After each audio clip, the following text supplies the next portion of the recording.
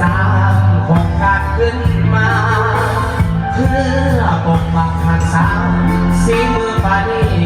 ของเพลงลาวให้อยู่คู่ฟ้าสูงส่งเหมือนเดือนและดาวให้อยู่คู่กับเมืองลาว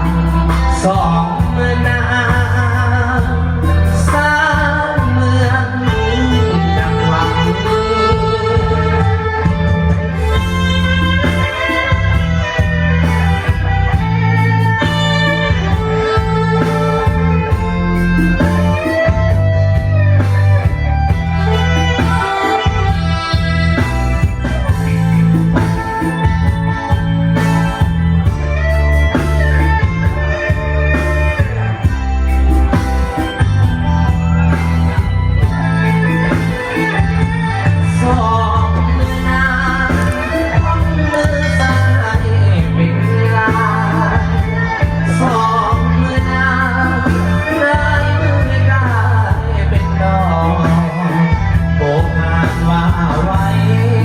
สีเมื่อนางทำเหมือนไทยปอ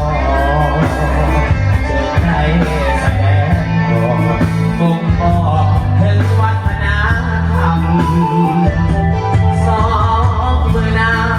ได้สร้างโครงการ